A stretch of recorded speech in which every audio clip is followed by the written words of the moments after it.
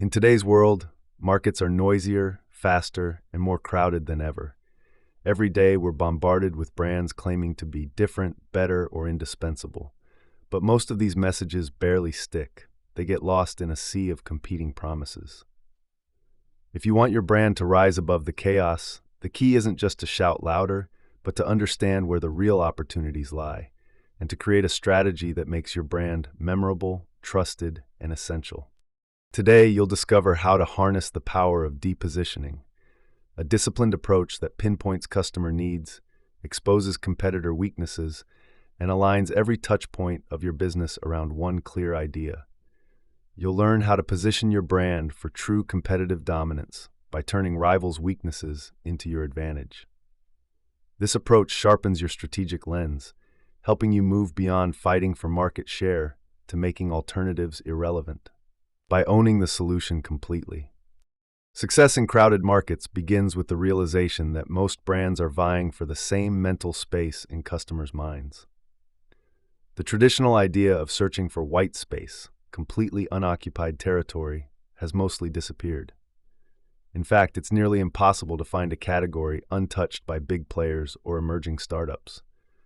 The smarter strategy is not to simply differentiate superficially, but to create and defend a space that is meaningful, relevant, and difficult for rivals to contest.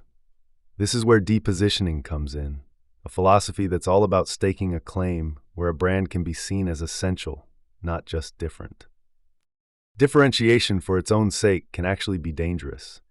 Many brands pursue flashy messaging, brand purpose statements, or novelty-driven campaigns, but these often fail to resonate if they don't solve a real-world customer problem.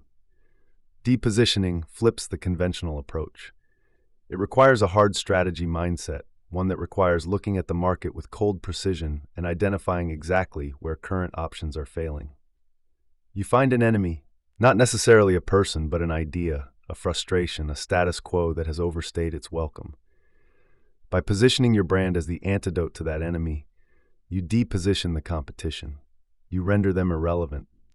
Apple offers a striking example of hard strategy in action. It's tempting to assume Apple's success comes from pure invention, but their dominance actually results from ruthlessly adopting what's known as a second-mover strategy. Apple rarely tries to be first. They didn't invent the personal computer, the MP3 player, or the smartphone. They watched.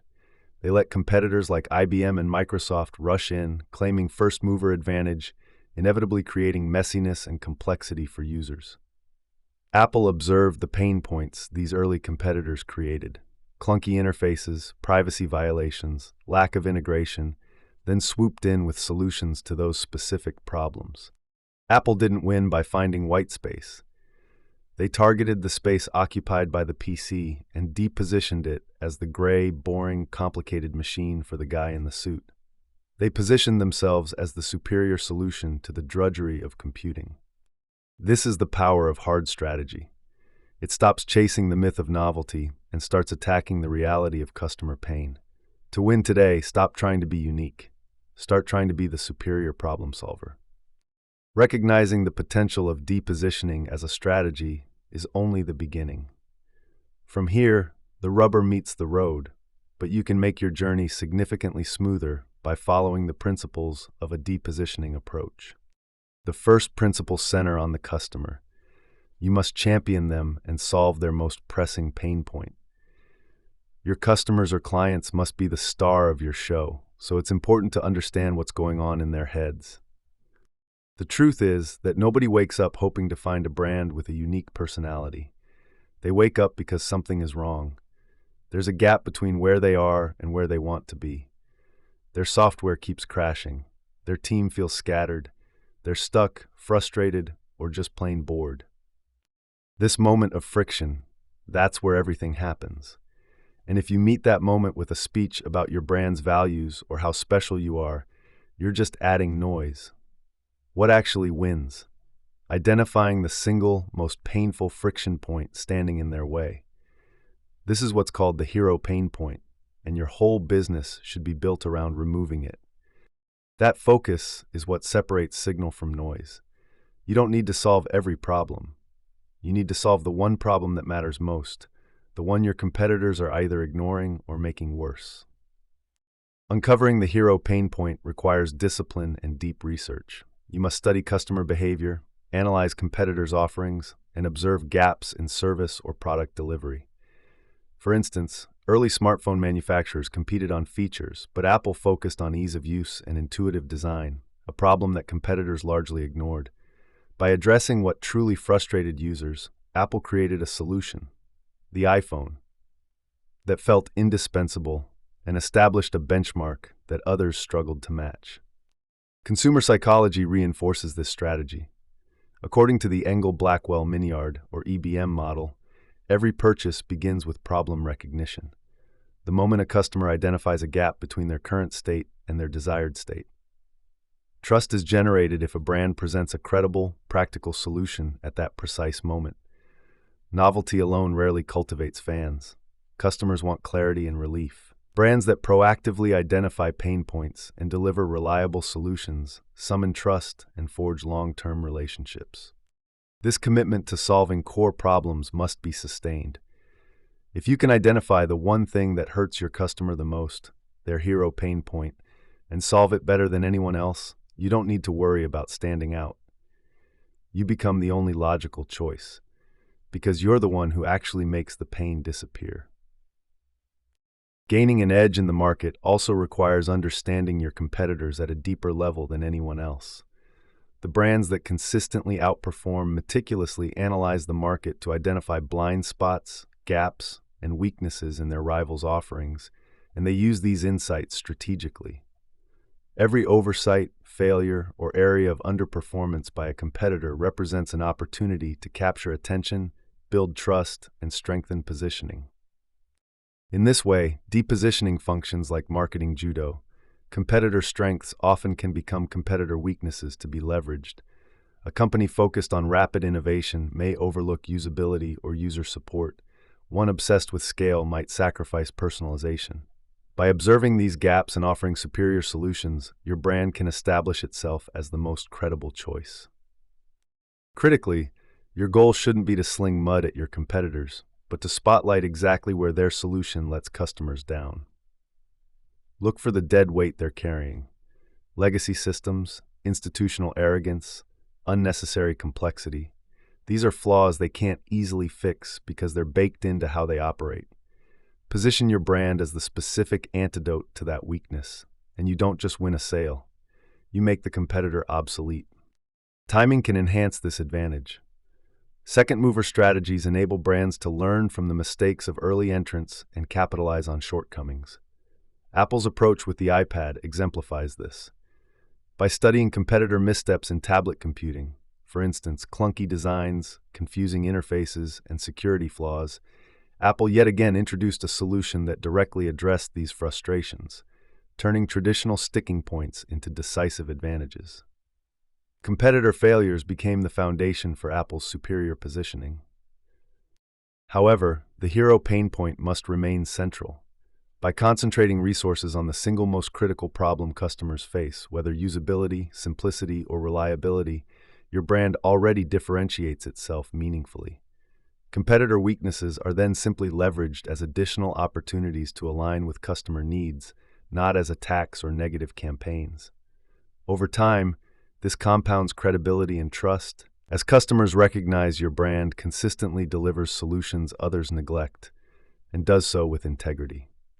By combining insight, patience, and precision, your brand can turn even the smallest competitor gap into a long-term advantage.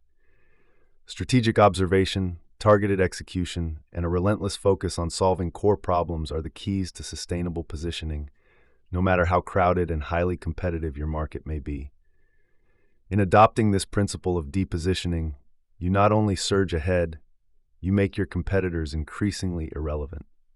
Even with solutions that resonate and a defined advantage, clarity in communication is key. Effective depositioning demands the discipline of singularity. You own what the authors call one big idea. Think of tuning a radio. A single strong signal comes through clean, while competing frequencies create noise. For example, Volvo owns safety.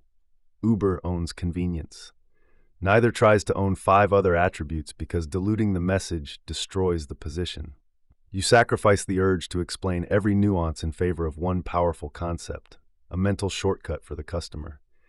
Plant that single flag in their mind, the one word that addresses their hero pain point, and you block competitors from ever claiming that territory again. Avoiding featureitis is critical here. You've probably seen it happen in meetings. You define a singular, powerful idea, like Volvo's safety, and then the erosion begins. The sales lead wants fuel economy in the headline. The regional manager pushes for affordability. The tech lead insists on listing suspension specs. Slowly, your one big idea gets carved into a meaningless list of bullet points. Everyone gets what they want, but the brand loses its edge. This internal fragmentation is why so many large companies sound like they're having an identity crisis. To deposition a competitor, you need the discipline to say no to good ideas that don't serve the best idea. When you fight off featureitis and align your operations, you unlock the full power of what we might call the depositioning equation. Think of it as a multiplier effect. Your customer-first mindset plus your hero pain point, multiplied by your competitor's weakness, divided by your one big idea, then multiplied again by coherence plus integration.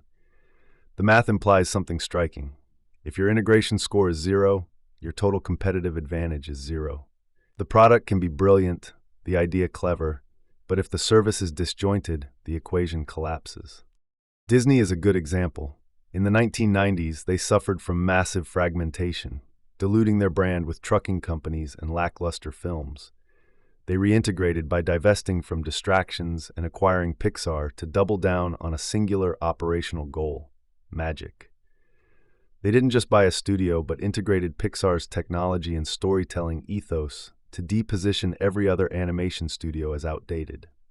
As with the other principles of depositioning, clarity and coherence are ongoing practices requiring ongoing work. From executive decisions to customer-facing exchanges, every touchpoint must convey your singular idea without exception. However, discipline here will yield massive returns on investment later down the line, when you'll turn around and find your rivals are no longer in the game or no longer competitive. Now we arrive at the final and maybe most uncomfortable truth about building a dominant brand. You can have the sharpest pain point strategy, the clearest gap analysis, and the most memorable hook, but none of it matters if your organization is broken on the inside.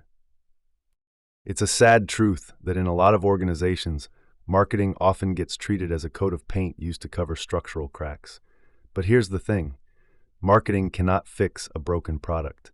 A clever tagline cannot hide a misaligned culture. This is where the principle of integration becomes your lifeline. Integration means ensuring the promise you make in your advertising matches the reality you deliver in your operations. The strategy has to leave the marketing department and spread through every part of the company, from supply chain to call center. Without that, you're lying to your customers, and they will punish you for it. This is why integration must be driven from the top. Traditional marketing integration only affects what customers see. True marketing integration affects every inch of the organization. When your CEO sets the mandate and every executive aligns around the same idea, your strategy becomes operational rather than ornamental. Even your call center becomes a strategic asset, reinforcing your brand's promise with every conversation. Without this level of adoption, fragmentation inevitably creeps in, undermining the entire system. The most valuable brands demonstrate this principle through substance rather than image. Their strength isn't built on design alone, but on every aspect of business pointing in the same direction. When done well, integration creates a powerful lock-in effect, an ecosystem so cohesive that moving to a competitor feels inconvenient, if not irrational. The experience is simply too smooth and compelling to leave. As a result, this unity becomes a formidable font of resilience. Brands that integrate deeply are able to adapt during crises, maintain clarity during market shifts, and emerge stronger because every part of the organization moves in harmony. Ultimately, integration transforms depositioning strategy from a theoretical advantage into a lived reality that guarantees your clients will keep coming and your brand will keep thriving.